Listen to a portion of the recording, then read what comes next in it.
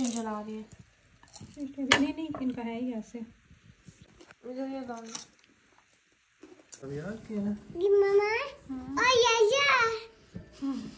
मुश्किलों के बाद हम पहुंचे अपनी जगह पे। कुछ समझ नहीं आती, नई जगह, नए एरिया, नया सारा कुछ। हाँ उतारते। और मैंने फिर लोकल आने का रिस्क लिया कि मैं लोकल आऊँगी। मैंने अपने हस्बैंड को कहा आपको बिल्कुल टेंशन लेने की ज़रूरत नहीं है, मेरे पास मंथली पास है इस महीने का, तो उसको मैं यूज़ करूँगी, उसको मैं अवेल करना चाहती हूँ। उस पर पैसे लगाए हुए हैं। और हुआ क्या कि मुझे याद ही नहीं रहा। अच्छा, मुझे एकदम से याद आया जब मैं सफाई कर रही थी और अचानक से मुझे याद आया यार आज तो 25 और मुझे इतनी मुश्किलों से अपॉइंटमेंट मिली है। इसकी अपॉइंटमेंट मिल ही नहीं रही थी। काफ़ी हमने ढूंढा और मैंने तकरीबन 2 महीने इंतज़ार किया इस अपॉइंटमेंट के लिए भी।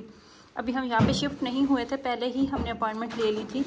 वहाँ पे डुइसबर्ग में हमें कहीं पे अपॉइंटमेंट मिल ही नहीं रही थी। ये हालांकि कान, नाक और गले का डॉक्टर है। तो फिर जी मैं जल्दी से भागी, फिर हमें रूट नहीं मिल रहा था। फिर मैंने अपने हस्बैंड को कॉल की कि अब हमें रूट सेट करके दें। और फाइनली अभी हम पहुँच चुके हैं, पूरा आधा घंटा लेट, लेकिन उसने कहा कुछ नहीं।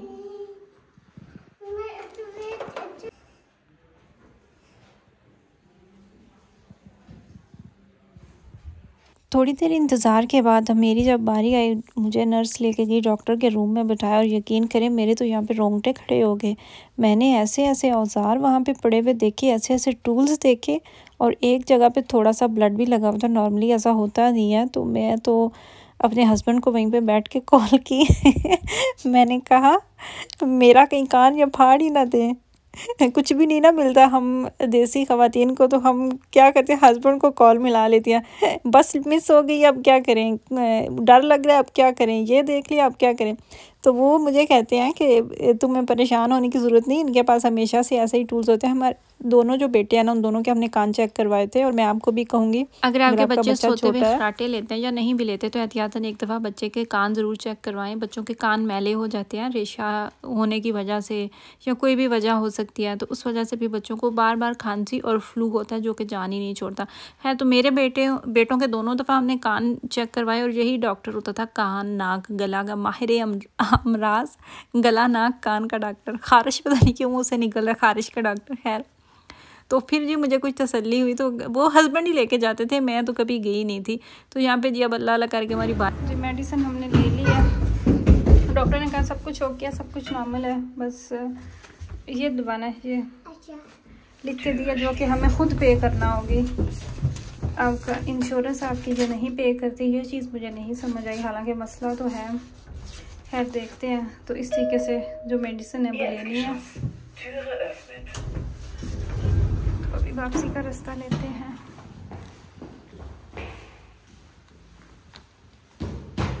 उधर सामने हमें बस ने उतारा था, तो अभी ऑफ कोर्स हमें उसकी ऑपोजिट साइड पे जाना है।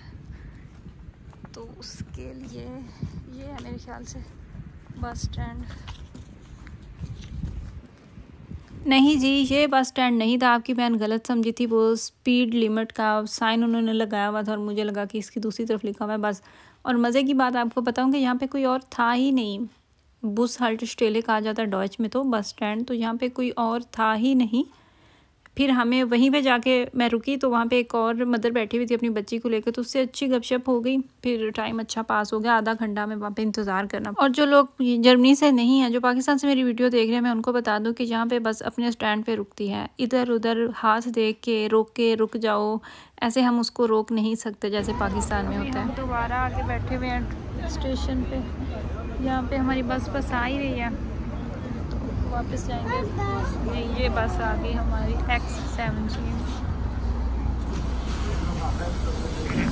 आधा घंटा हमने सफ़र किया था बस पे, और मैं आपको टोटल सफ़र बताऊं कितना था, 2.6 किलोमीटर हमारे घर से दूर की ये ड्राइव थी अगर हम गाड़ी पे जाते तो। लेकिन हमने बस चूज़ की, हमने सोचा कि हम टिकट के पैसे पूरे करेंगे, ज़ावियार का वो आज का कोटा पूरा होगा, तो इस सिलसिले में इसी चक्कर में हमें घंटा लगा। फाइनली जी हमारी वापसी हो चुकी है घर की तरफ। जी थक गया मेरा बेटा। खैर अल्लाह अल्लाह करके हम घर पहुँचे। रमज़ान का भी आप आखिरी दिन चल रहे हैं, तो इस वजह से जिस्म में भी वीकनेस हुई पड़ी है। बहुत मुश्किल मुझे लग रहा था उस टाइम पे रोज़ा, लेकिन अल्लाह का शुक्र है कि जैसे 2-3 घंटे गुजरे फिर बर्दाश्त के काबिल हो चुका था। इतने में मेरे हस्बैंड आ गए, तो उन्होंने मैंने देखा क्या कि इतना बड़ा थैला उठाया हुआ था पैम्पर्स का ज़ावियार के लिए। वो पैम्पर लेके आए थे और DM मार्केट वालों ने, कोई उनका फेला चल रहा था, जब मुझे नहीं एग्जैक्टली पता, तो उनकी कोई ऑफ़र चल रही थी। ये सारे जो आपको डाइपर्स नज़र आ रहे हैं ना, ये तकरीबन थी कोई 12 पैकिंग थी और ये सारे आए थे फ्री। इनकी कुछ सेंट्स थी इनकी कीमत और वो भी ख़त्म हो गई। मैं होप कर रही थी, अपने हस्बैंड को भी कह रही थी कि अल्लाह करे ये सारे डाइपर्स के जो पैकेट है ना, ख़त्म होने से पहले पहले ज़ावियार आदी हो जाए, इसकी ये जान छूट जाए। खैर उसके बाद ही हो चुका था इफ़्तार का टाइम। तो उठी मैं, लेटी हुई थी, रेस्ट कर रही थी। रेस्ट मोड पे इबादत करें, लेट जाएं, घर के छोटे मोटे जो काम करने वाले हैं वो करें। और मुझे इतनी ठंड लग रही थी, हालांकि आजकल मौसम बड़ा अच्छा हुआ है, धूप निकलती है, बाहर निकले तो आपको धूप महसूस होती है अच्छी खासी, लेकिन घर के अंदर छाँव में वैसे भी ठंड लगती है और आपकी बहन को तो वैसे ही एक्स्ट्रा ठंड लगती है। सो इसलिए मैंने अपना बड़ा सा टॉवल लगाया, अपने ऊपर डाला और मैं आ गई किचन में। सबसे पहले मैंने बच्चों के लिए बनाना मिल्क शेक बनाया। बच्चे पता नहीं क्यों मैंगो मिल्क शेक नहीं पसंद करते, मुझे इस चीज़ की समझ नहीं आती। दोनों ही नहीं पसंद करते, इवन के ज़ावियार को भी नहीं पसंद, वो भी बनाना मिल्क शेक वो शौक़ से पीता है। खैर सबसे पहले मैंने उनके लिए बनाया, उसके बाद अब मैं बना रही हूँ अपने लिए और अपने हस्बैंड के लिए मैंगो मिल्क शेक।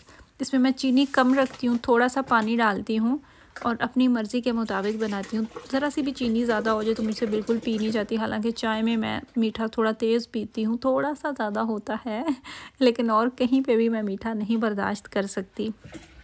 मैंगोज़ ये जो नज़र आपको आ रहे हैं, ये मैंने पाकिस्तानी मैंगोज़ हैं, इनको मैंने फ्रीज़ किया हुआ है। इनकी प्यूरी निकाल के ऊपर से मैंगो पील करके उनकी गुठलियाँ अलहदा करके, तो आपके ये चलते रहते हैं, कोई इनका जायका ख़राब नहीं होता और सेम वही आपको पाकिस्तानी टेस्ट इनमें से मिलता है। यहाँ से जो मिलते हैं मैंगोज़ उनमें धागे होते हैं, तो वो एक खटास भी होती है, तो उसमें वो मज़ा नहीं आता। जब भी हम घर चेंज करते हैं, शहर चेंज करते हैं, और जब आप सूबा ही चेंज कर लेना, तो एक तरफ आपको चीज़ें इतना ज़्यादा एक्साइटेड कर रही होती है ना, नई जगह होती है, नए लोग होते हैं, नया घर होता है, सब कुछ नया होता है। लेकिन दूसरी तरफ वही चीज़ें आपको कहीं ना कहीं डिस्टर्ब भी कर रही होती हैं, मुश्किल भी चल रहा होता है, बहुत सारे काम होते हैं। जैसे शुरू के दिनों में बच्चों का स्कूल में दिल नहीं लग रहा था, अब आहिस्ता आहिस्ता उनका दिल लगने लग गया है।